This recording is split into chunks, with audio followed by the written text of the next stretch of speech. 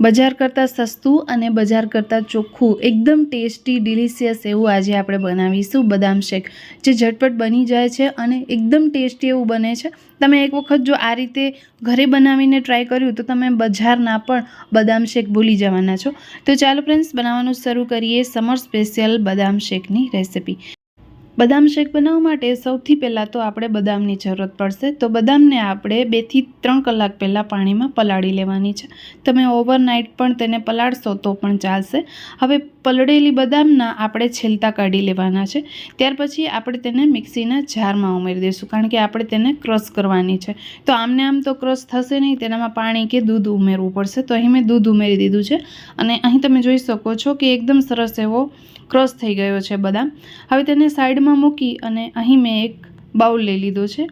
તો તેનામાં આપણે ઉમેરી દેવાનો છે કસ્ટર્ડ પાવડર। તો આ જે બદામ શેક છે એ તમને ફાસ્ટમાં કામ નહીં આવે, કારણ કે અહીં મેં કસ્ટર્ડ પાવડર વાપર્યો છે અને કસ્ટર્ડ પાવડરમાં કોર્નફ્લોર ઉમેરવામાં આવે છે, જે ફરાળમાં લેવામાં નથી આવતું। તો ફ્રેન્ડ્સ, અહીં 2 મોટી ચમચી જેટલું મેં અહીં લઈ લીધું છે કસ્ટર્ડ પાવડર। તો 2 ગ્લાસ જેટલું જ આજે હું બનાવવાની છું। તમને જો વધારે ગ્લાસ બનાવવા હોય તો 1 ગ્લાસ પાછળ 1 કસ્ટર્ડની ચમચી ઉમેરી દેવાની છે। તો અહીં થોડું વાટકીમાં દૂધ ઉમેરીને તેને કસ્ટર્ડને મિક્સ કરી લીધું છે। હવે કડાઈઓ લઈ લીધું છે ગેસ ઉપર, તેનામાં અડધા લીટર જેટલું દૂધ ઉમેરી દીધું છે, મલાઈ સમેત ઉમેરી દીધું છે। અને જે આપણે બદામને પીસીને રાખીને એ બદામ આપણે અહીં દૂધમાં ઉમેરી દેવાની છે। વધેલું જે મિક્સીમાં બચી ગયું છે ને, એનામાં આપણે થોડું દૂધ કે પછી પાણી ઉમેરીને બધું જ ચલાવીને અહીં દૂધમાં ઉમેરી દઈશું। હવે આપણે આ બદામને દૂધમાં પકવવાની છે। જેમ જેમ આ બદામ થોડી દૂધમાં પાકશે ને, એટલે આ બદામ શેકનો ટેસ્ટ એકદમ સારો એવો આવશે। તો વચ્ચે વચ્ચે આપણે અહીં તેને ચલાવતા રહેવાનું છે। અહીં તમને થોડું જાડા તળિયાવાળું કડાઈઓ લેવાનું, નોનસ્ટિક પેન હોય તો તમે એ પણ લઈ શકો છો, જેથી કરીને દૂધ જે છે એ સાઈડોમાં કે પછી તળિયે ચોટે નહીં એટલા માટે। તો અહીં મેં લઈ લીધી છે ખાંડ। તો અહીં મેં સ્વાદ અનુસાર ખાંડ ઉમેરી દીધી છે। તમારી ક્વોન્ટિટી ઓછી વધુ હોય તો તમે એ પ્રમાણે ખાંડ ઉમેરી દેજો।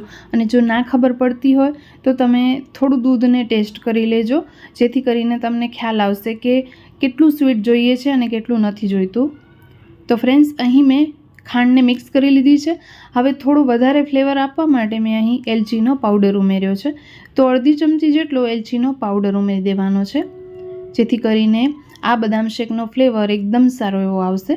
હવે આપણે જે કટોરીમાં કસ્ટર્ડ પાવડરને દૂધમાં પલાળ્યો હતો ને, એ કટોરી લઈ લેવાની છે અને ફરી પાછું ચમચીથી તેને બધું જ મિક્સ કરી લેવાનું છે। મિક્સ થઈ જાય એટલે આપણે તેને દૂધમાં એડ કરી દઈશું, કારણ કે કસ્ટર્ડ જે છે એ તળિયે બેસી જતું હોય છે। તમે જોઈ શકો છો કે આ રીતના તેને ચલાવશું નહીં તો એ બધું તળિયે બેસી જશે। એટલે આપણે આ રીતના થોડું ગરમ દૂધ લઈ કટોરીમાં ઉમેરીને ફરી પાછું તેનામાં એડ કરી દઈશું કડાઈયામાં। હવે આપણે તેને ચલાવી લેશું।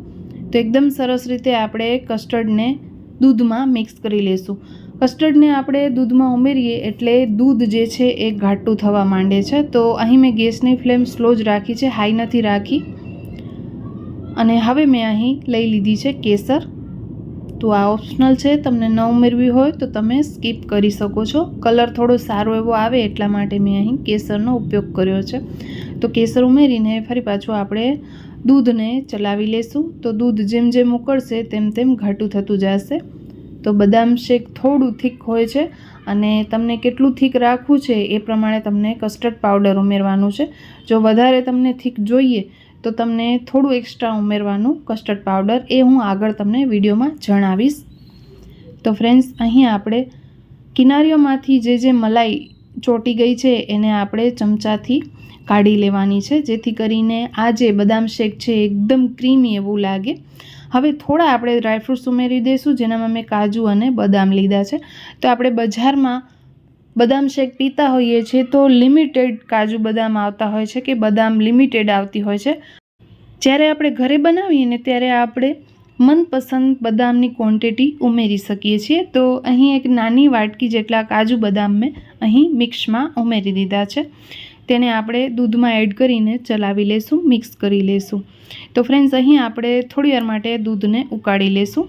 હવે બજાર જેવો થોડો કલર આપવા માટે અહીં મેં યલો ફૂડ કલર યુઝ કર્યો છે, તો એકદમ અડધું ટીપું આપણે અહીં ઉમેરી દઈશું યલો ફૂડ કલરનો જે જેલ કલર છે.